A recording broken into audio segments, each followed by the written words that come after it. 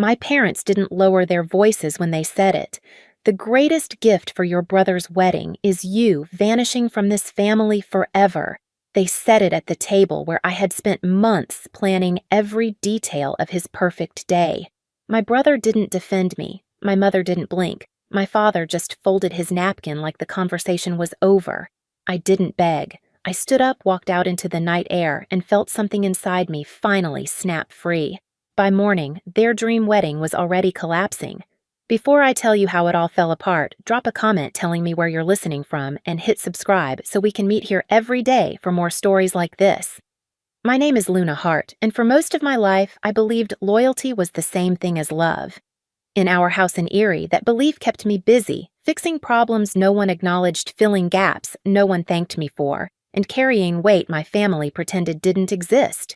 From the outside, we looked steady, a small family grocery store, a tidy home, a son who became a lawyer, and a daughter who helped out. But inside, everything tilted toward my brother Dorian. My mother Marla had a way of praising him that filled every room. She'd glow when he spoke about cases he barely won, boast about the hours he billed, and treat every minor accomplishment like a national holiday. My father Colin mirrored her quiet, approving content to let Dorian sit at the head of every conversation. I used to fold myself into the background because it kept the peace, or at least that's what I told myself. Years before the wedding disaster, I had the chance to take on a marketing contract worth $40,000. It would have launched my career, pushed me toward the independence I'd been craving. But that was the same month our family store started to sink. Bills stacked up, shelves thinned out, and the fear in my parents' eyes pulled me right back into their orbit. I canceled the contract the same day my mother called crying. I spent nights designing flyers, recording radio ads, and convincing vendors to give us just a little more time. I created a social media push that doubled our foot traffic in weeks. And when the store finally steadied when the panic left my parents' faces, I truly believed maybe for the first time in years that they'd see me.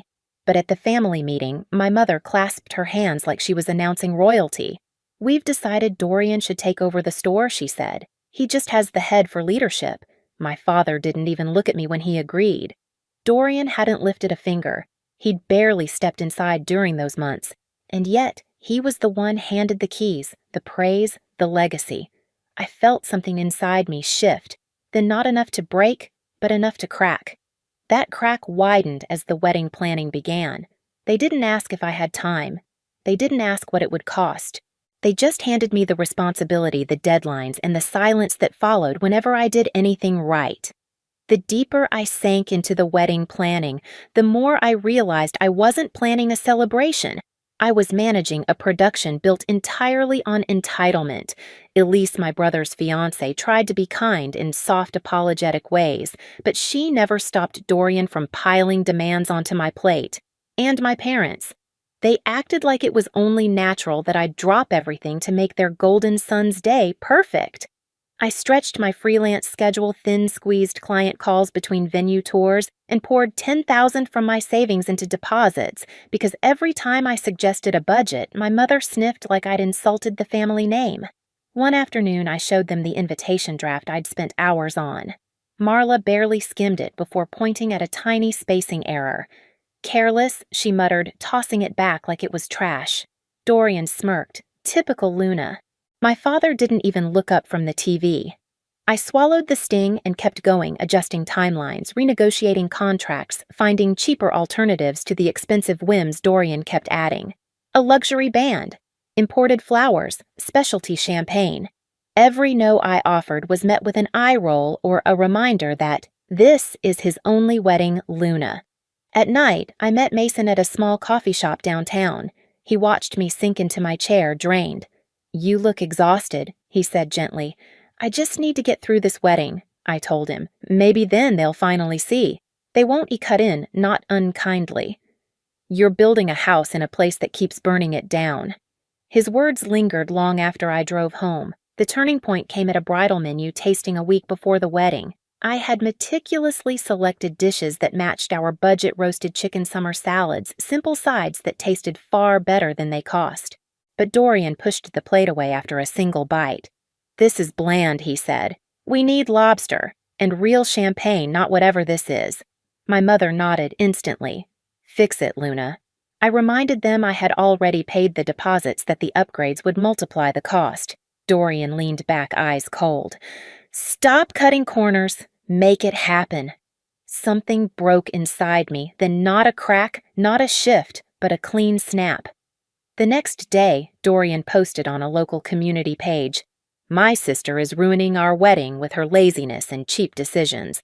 The comments flooded in neighbors I'd helped for years, calling me selfish and dramatic. That was the moment the quiet embers inside me turned into heat. Not rage yet, just heat. Steady, growing. The night everything cracked wasn't loud. It didn't need to be. The tension around the dinner table felt thick enough to chew. My mother had roasted chicken, the same meal she made for every important family night, but no one touched their plates. Dorian scrolled on his phone. Elise picked at her napkin. My father sipped his wine like he wished he were anywhere else. I had spent the entire day juggling vendor calls trying to keep the wedding from tipping over the edge. I thought stupidly that tonight might be the moment to align expectations to remind them all that I was paying half the deposits from my own savings. But the second I opened my planner, Dorian pounced. "We need upgrades," he said without looking up. "Lobster, better champagne, and book that photographer from Pittsburgh, the one Elise likes." I closed the planner slowly. There's no money left for upgrades. I already paid the deposits, and the photographer alone costs more than everything we've booked combined. Dorian scoffed. "You're always so dramatic. Just figure it out." My mother set down her fork with a sharp clink. "He's right, Luna." "Why are you making this difficult?" I felt my heartbeat thudding in my ears. "I'm not making it difficult. I've spent $10,000 of my own savings to cover this wedding. I'm out of money, out of options." My father finally looked up only to shake his head. "This is your brother's once-in-a-lifetime day. Don't ruin it. Ruin it." The word landed like a slap. I stared at each of them, searching for even a flicker of gratitude. Nothing. Just annoyance that I couldn't stretch myself thinner. "I can't give you what you're asking for," I said quietly. That was when my mother leaned forward, voice low but razor sharp. "The greatest gift for your brother's wedding is you vanishing from this family forever." Elise's eyes widened. Dorian didn't react at all. My father folded his napkin like the conversation had simply concluded. Something inside me went still. Not broken, just still. I didn't yell. I didn't cry. I pushed my chair back, stood, and walked out. The night air hit my face like a cold, clean truth. I went straight to my room, pulled out a suitcase, and began packing in silence. Clothes, toiletries, documents, everything that had ever belonged solely to me. I grabbed my keys, walked to the door. When it clicked shut behind me, it sounded final. Like the last period at the end of a sentence I should have stopped writing years ago. The night I left Erie felt colder than usual, as if the whole city had stepped back from me, giving me room to breathe for the first time. I sat in my car with the engine off, staring at my hands on the steering wheel. They weren't shaking, they weren't clenched, they were steady, steadier than they had ever been in my parents' house. By morning, the sun rose into a sky that looked too calm for what I was about to do. But clarity has a quietness to it, and mine came with a list. First, I called the caterer. "I need to cancel all services for the Hart Grant wedding," I said. The coordinator hesitated. "There will be penalties." "That's fine." "Refund whatever can be refunded. Release the date. Next, the florist." Her voice softened when she recognized me. "I'm sorry," I told her. "Something's changed. Please cancel the order and send back whatever portion of my deposit you can."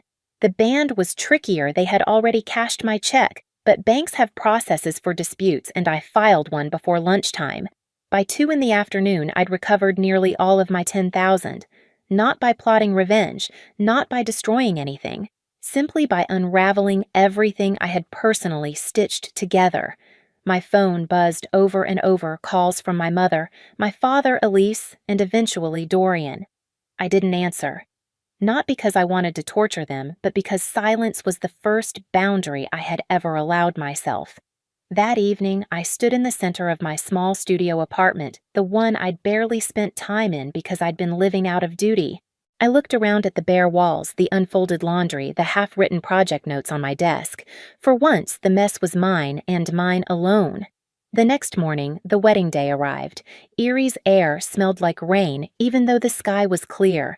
I didn't go to the venue. I didn't sit in my car and watch from afar. I simply opened my window, made a cup of tea, and let my silence speak for me.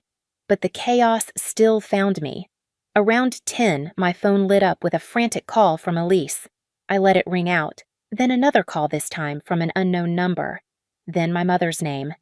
Then my father's. Finally, a voicemail. I pressed play. "Luna?" My mother snapped her voice sharp with panic. "The flowers aren't here. The florist says the order was canceled. Call them back right now." Before the voicemail even ended, another started. "This isn't funny," my father said, breathless. "The band isn't coming. The venue says there's no catering. What did you do?" Then the third one. "Dorian. You ruined everything," he hissed. "Fix this or don't bother coming back home. Actually, don't come back at all." I almost laughed at the irony after all they were the ones who told me to vanish. I had simply honored their request. While they spiraled, guests began to arrive at the venue. Shirley later told me someone she knew had been there and described it in perfect detail. The parking lot filled with confused relatives in suits and pastel dresses. Inside the venue smelled like nothing. No roses, no eucalyptus, no centerpieces soaking in water. A dozen round tables stood bare except for white linens that suddenly looked cheap without bouquets. The stage in the back sat empty, no microphones, no instruments. And the kitchen staff? They were prepping for another event entirely. By noon, the panic hit full volume. Elise burst into tears when she realized there would be no first dance. My mother paced the hallway complaining loudly to anyone who would listen. My father kept calling vendors demanding answers he didn't want to hear, and Dorian, my brilliant, confident brother, stood in the center of the room, staring around like someone had pulled the world out from under him. He tried to salvage it. He tried to sound authoritative. "Everyone stay calm. It's just a mix-up, but lies fall apart fast when combined with entitlement." Guests murmured. Some left. Some whispered, "Did the family not pay their bills?" Others shook their heads like they were witnessing a predictable downfall. The best man attempted to start an impromptu speech to distract people. Elise cried harder. A child in the second row asked loudly, "Is there at least cake?" There wasn't. By 1 o'clock, the venue coordinator approached my mother with a clipboard. With no vendors present and no food, she said we'll need to discuss the event cancellation terms. The wedding, after months of pressure, demands insults, and perfectionism was officially over. And I wasn't even there to see it. I didn't have to be. Their voices filled my voicemail like a documentary unfolding in real time. In the middle of it all, one text stood out from the flood. "Mason, whatever's happening right now, I hope you're breathing easier." I was. Around mid-afternoon, I stepped outside onto the small balcony of my apartment. The air was warm, touched with summer. Cars moved below unbothered. A dog barked. A neighbor watered her plants. Life kept going quiet, steady, unaffected by the collapse of the Hart family wedding. I thought of every moment I'd been dismissed, every late night I'd spent tweaking plans, every sneer, every comment, every reminder that I was less than. And then I thought of my mother's words, "The greatest gift is you vanishing from this family forever." For the first time, the sentence no longer hurt. It felt accurate. A gift indeed, just not for Dorian. For me. By evening, the voicemail inbox was full. Some messages were angry. Some were panicked. Some, like my father's last one, sounded exhausted. None of them apologized. None of them asked if I was okay. All of them asked me to fix what they had broken.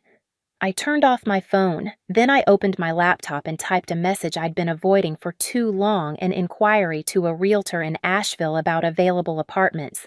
A place I had visited once, loved instantly, and never believed I deserved to start over in. Their wedding had collapsed. Their legacy would soon follow. But for the first time in my life, I was finally building something for myself. I moved to Asheville 2 weeks after the wedding unraveled. Not in a dramatic escape, not in the middle of the night, just quietly with 2 suitcases and the kind of calm that comes after a storm you no longer feel obligated to stand in. My new apartment wasn't big, but sunlight poured through the windows in a way I'd never seen back home. It felt like a place built for breathing again. While I settled into this new rhythm, Erie kept unraveling without me. Mason sent updates in gentle doses, never gloating, just letting me know what was happening now that the person who had held everything together had finally stepped away. Vendors pulled their extended credit. Suppliers tightened their terms. My parents tried stepping in at the store, but the systems I'd built weren't magic. They required care consistency and actual effort. Dorian tried to take charge, but management wasn't something he could bluff his way through.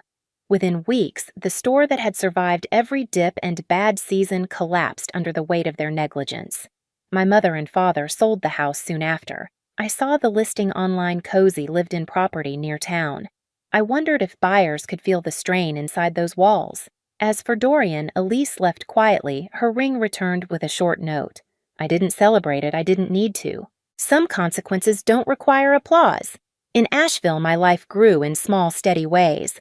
Shirley welcomed me like she'd been saving a spot just for me. Her bakery became the place where I met local shop owners, picked up new clients, and remembered what it felt like to be valued without conditions. My income stabilized. My days had shape again. I found a hiking trail I loved, a cafe that knew my order, a version of myself I hadn't met before. One morning, a letter arrived. My mother's handwriting. She wrote about health scares, about needing me, about family sticking together. It wasn't an apology, it was a pull. I wrote back short, polite, final. I wished her well, but I didn't go back. Healing isn't the same as returning. Looking back now, I don't feel triumph or bitterness, just relief. Leaving wasn't the punishment they imagined. It was the beginning of a life that finally belonged to me. Their wedding collapsed, the store followed, and the version of me who kept trying to earn their love is gone too. What remains is quieter, stronger, and no longer afraid to choose peace over permission. If any part of my story echoes something you've lived, share it in the comments so none of us feel alone in this. And if you want more stories like this one, hit subscribe. There's a new chapter waiting for you every day.